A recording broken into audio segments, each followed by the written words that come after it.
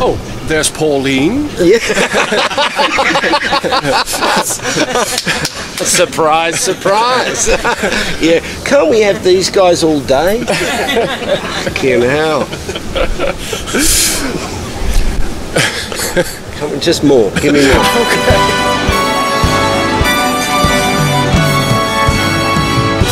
Het is 6 jaar geleden dat wij verliefd raakten op een musical in Londen. Priscilla Queen of the Desert. Het onmogelijke verhaal van 3 drag queens die per roze bus de Australische woestijn doorkruisen. Het leuke is, wij van musicalworld.tv mochten de 2 van de 3 hoofdrolspelers interviewen. Tony Sheldon, ik aanbid die man, en Oliver Thornton, ik kan zijn voeten wel kussen mits gewassen. Maar het jammere was, die derde mochten wij nooit spreken. Erwin van Lambaert heeft het briljante idee opgevat om Priscilla nu in november 2 weken naar Carré te brengen. Ongelooflijk, onze eigen Amsterdam. Dat wordt een feest. En nu is de gelegenheid er om die derde hoofdrolspeler te spreken. Hier in The Grand. Kom mee!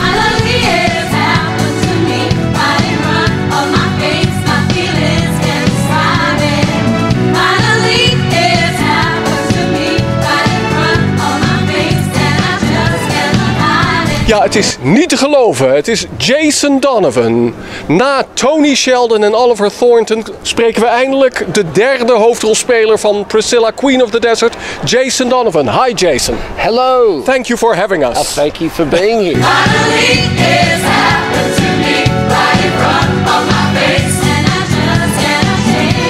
Welcome in Amsterdam. Thank you. Have you been here before?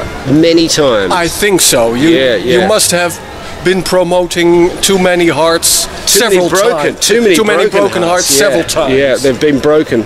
It's just the hearts are pumping, but they've been broken. I came here probably 1988, 89. That makes me pretty old.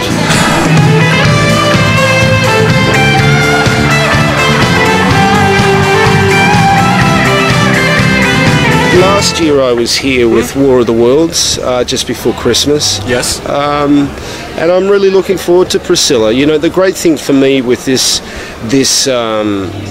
coming to Holland and coming to Amsterdam is that I get to stay here for 2 weeks, you know. So I really, get into the Amsterdam and the way of life here, and I'm hoping to bring my family, and so, it's going to be a good trip. I'm looking forward to it.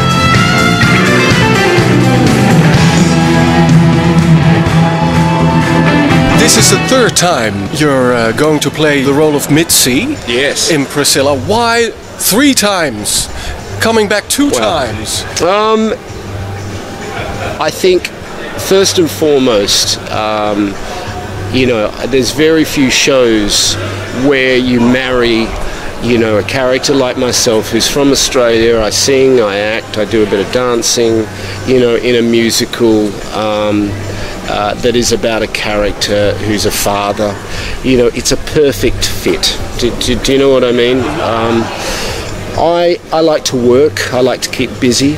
I've been away from the show now for nearly a year and a half, so I don't feel too exhausted by the fact of doing 8 shows of it a week again. I'm really only planning to do this for 3 or 4 months, so it's not too stretching, and I love the show. It's a very uplifting, colourful. It's got some great songs, great costumes, and it just makes people feel good. And sometimes it's nice to jump on that train and go for that ride.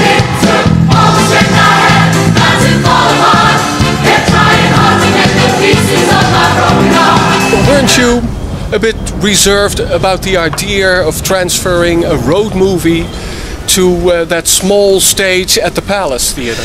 It was never a concern of mine, really, because I'd heard from my Australian colleagues that the show had been workshopped. It had also played in Australia.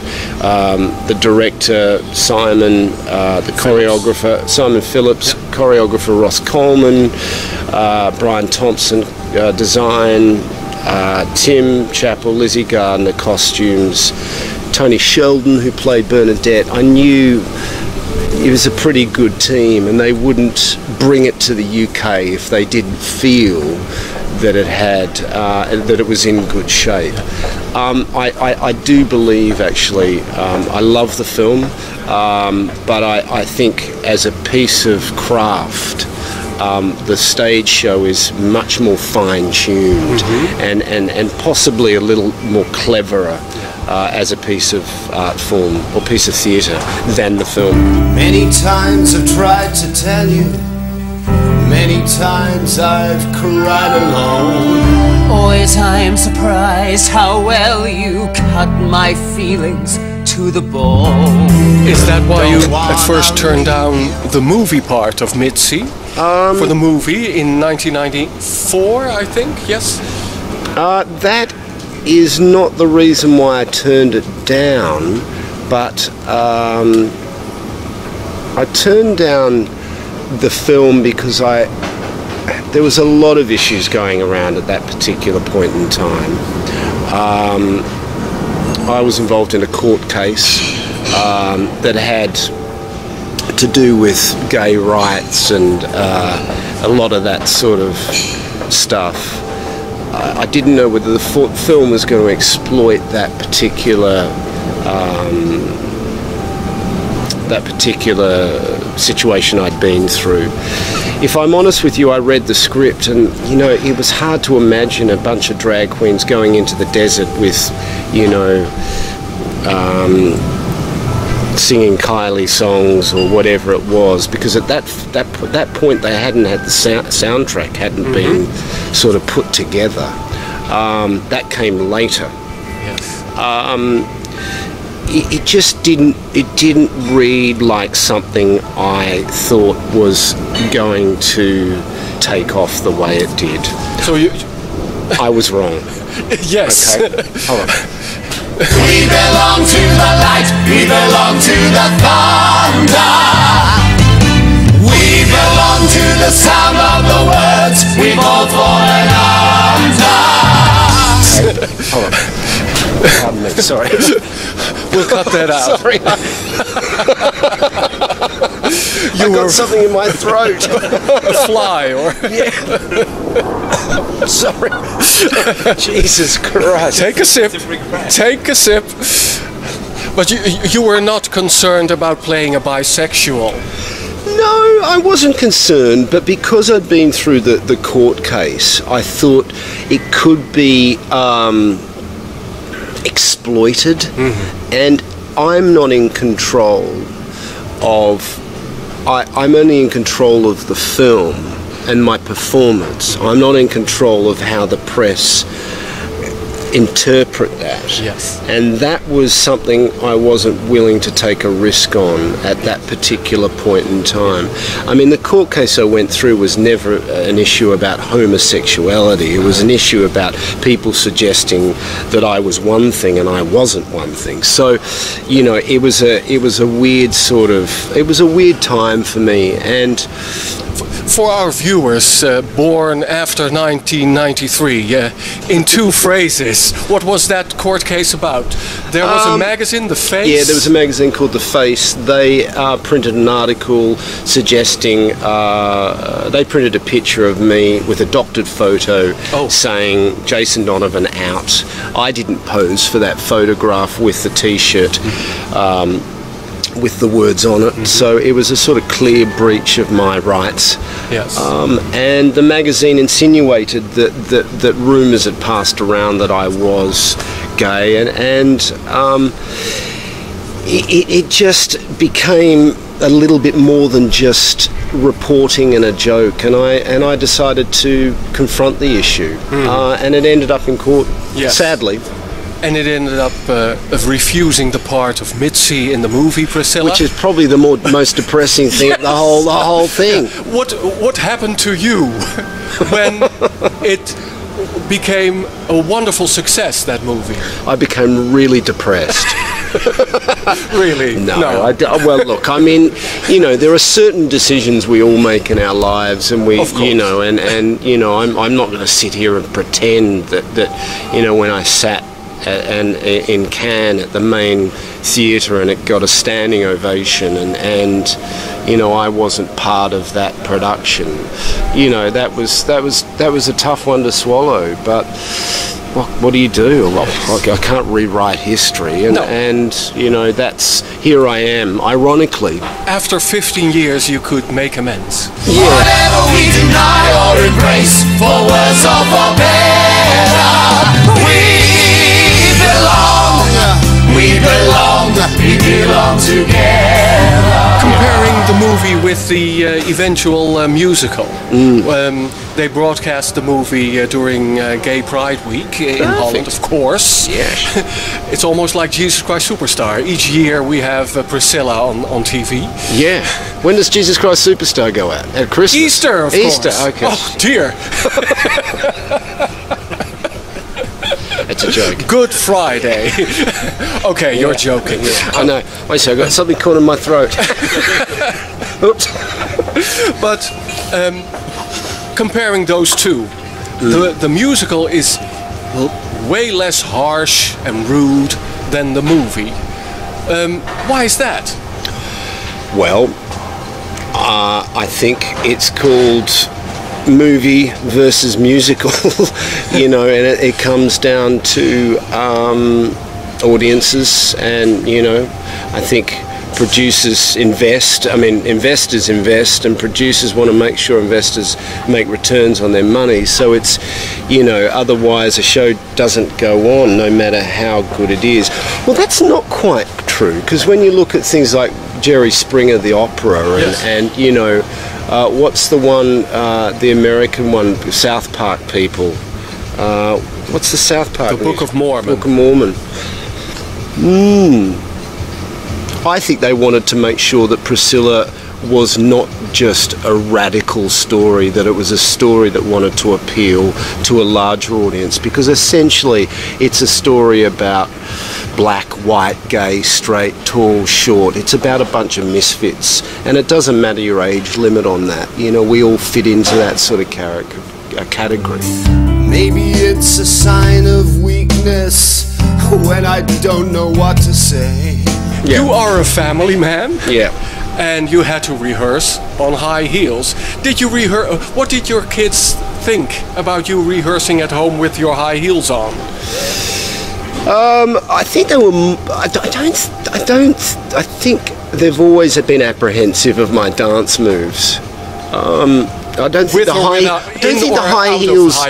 I think it became almost the norm for me growing up, for them growing up, to see me do weird things in the kitchen. So high heels was just another example. Extension of my personality. Yeah.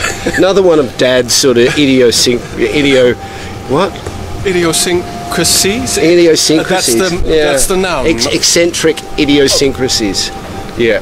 I'm thinking of the verb to idiosyncrasize. I love it. Is that the verb? I don't think so. We'll look it up. Thank you. Please. You guys are the best interview I've had all day.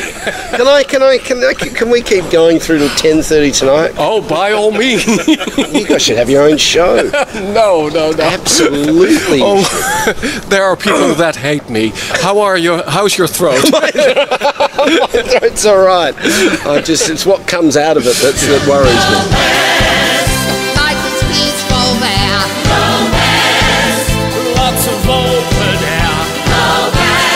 Ever uncomfortable impersonating a man impersonating a woman? Not at all. No, not at all. In fact, I find it fun and enjoyable and liberating and great, and I like hiding behind characters, you know, and I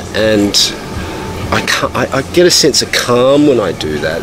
Sometimes when I have to be myself, it's funny, I always see, it's interesting when you see, well, this is an odd example, but you see someone like Mel Gibson, right, who is the worst interviewer in the world.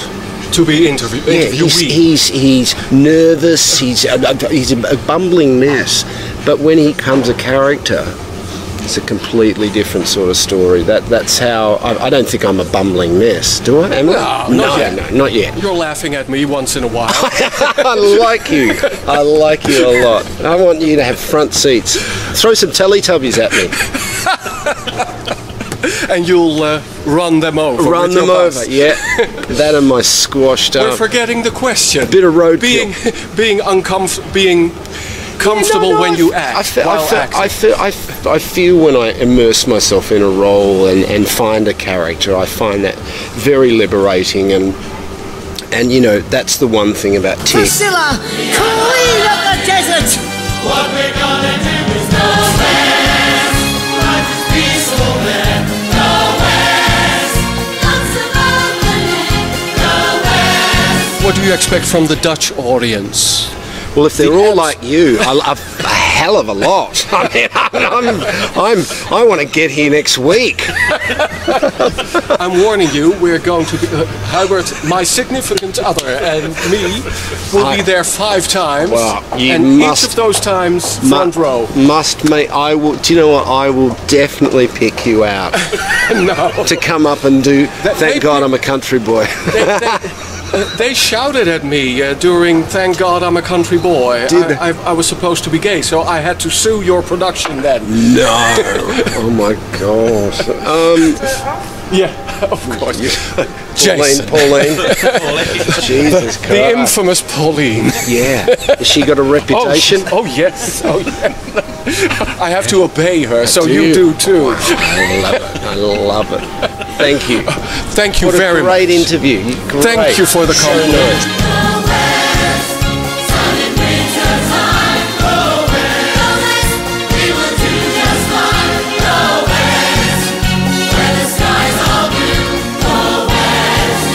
This is what